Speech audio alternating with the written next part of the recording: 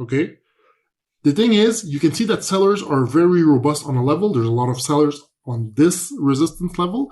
Buyers are being more and more aggressive.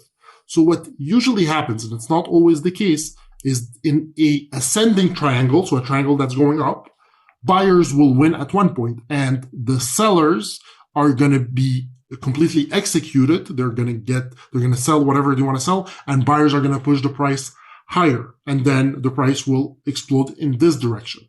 Now, you never know if it actually will or will not. Sometimes sellers actually win, buyers are exhausted, there's not enough of them, and prices go down. So when you see an ascending triangle, the right way to play it is wait until there is a break. And if the price breaks above, then you can get in here, expecting the price to go higher. Now, if it doesn't and it breaks below, then you can get in on a short position, expecting the price to go lower. Even though there is more likelihood that it breaks up, it's a smaller likelihood, right? You always want to wait until the break to get into a position whenever you're looking at any type of triangles. So this is the ascending triangle. The descending triangle, we'll actually draw it here, is just the inverse, okay? So you would have a chart, and you would have the price of your currency here.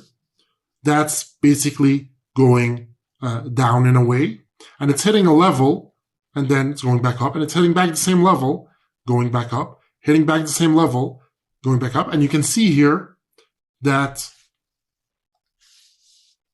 there is a triangle here, and this is, I guess, straight, and the triangle is dropping here, right?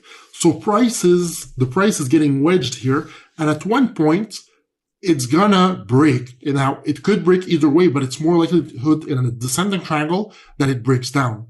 And this here, which is the support level, which was supporting the price at multiple times, once it breaks, it becomes the new resistance, and prices might tumble down, okay? Now, you never know if this is going to happen, so you always wait until this happens so you can enter your position after it breaks, right? Because you don't know, it could have broken up, right? The price might have broken this way. Let's get the same color. Might have broken this way, right? So you never know. And this is why you want to wait until the break before getting into a position. But this would be the descending, right? Descending triangle. The other one was the ascending triangle. These ones you want to look out for because they happen often, and they can help you in getting, an entry and an exit, and then moving on to your next trade. That being said, I'll see you guys in the next lecture.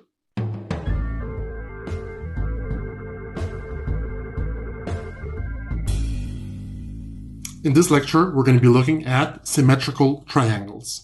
Now, the only difference between symmetrical triangles and ascending and descending triangles, it's that basically both supply and demand are being more aggressive. So instead of having, a resistance level that's flat, like in the ascending triangle, where, sellers are selling at the same price, or a support level that's flat, like in the descending triangle, where the buyers are buying at the same level, so there's a support.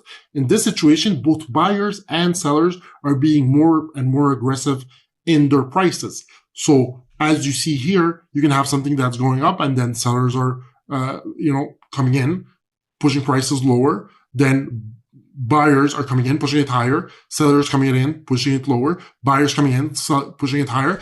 And the price really gets wedged in between. And at one point, one of them is going to win, either buyers or sellers. And, the further the price goes within the triangle, I'll try and explain it here, the more the explosion could be bigger, right? So let's put it up here. Imagine this. Imagine I have prices here. I have a triangle. And then I have prices that are fluctuating. Let me actually draw the triangle here. It'll be easier. Okay. Let's actually take this off. Let's say I have this triangle. Okay. Imagine this. Imagine I have prices. Buyers pushing it up, sellers pushing it, buyers pushing it. Now, if I break here, okay, prices might tumble because I have this triangle, I kind of see it. But imagine this, imagine the price actually goes all the way within the triangle. So it gets wedged more, right? Buyers push it, sellers push it, buyers push it, sellers push it. And, we get really deep within the triangle.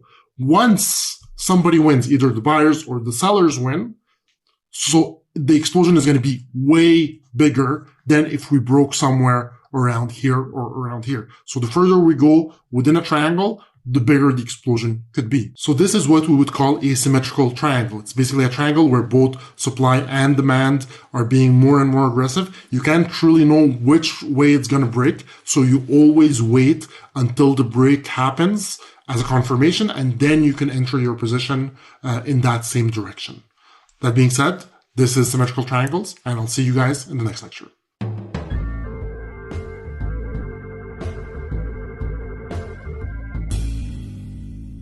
In this lecture, we're going to be talking about wedges.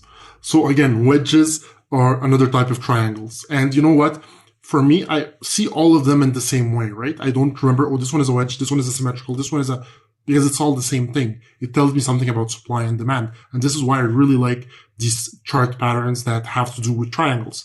So a wedge is basically another type of triangle where it's not very symmetrical in one direction, it's not symmetrical in the other, and it's not symmetrical in both. It's just a triangle. Okay. So you can see again where you're going to be having supply or buyers buying at more and more aggressive prices, sellers at more and more aggressive prices. Now it's not going to be symmetrical at all. So maybe buyers are going to be way more aggressive in their buying and sellers slower, less aggressive in their selling, but not in the same way as a ascending triangle. So they could even be selling at slightly higher prices. It's just that both, if you look at the resistance level and the support level, they are going to meet at one place. And that's what we call a wedge, because the price is going to be wedged between them at one point, right? And the same thing with the triangles. The more the price gets wedged further within the wedge, the bigger the explosion could be. And the same thing that we've learned about resistance and support. When a resistance breaks, it becomes the new support.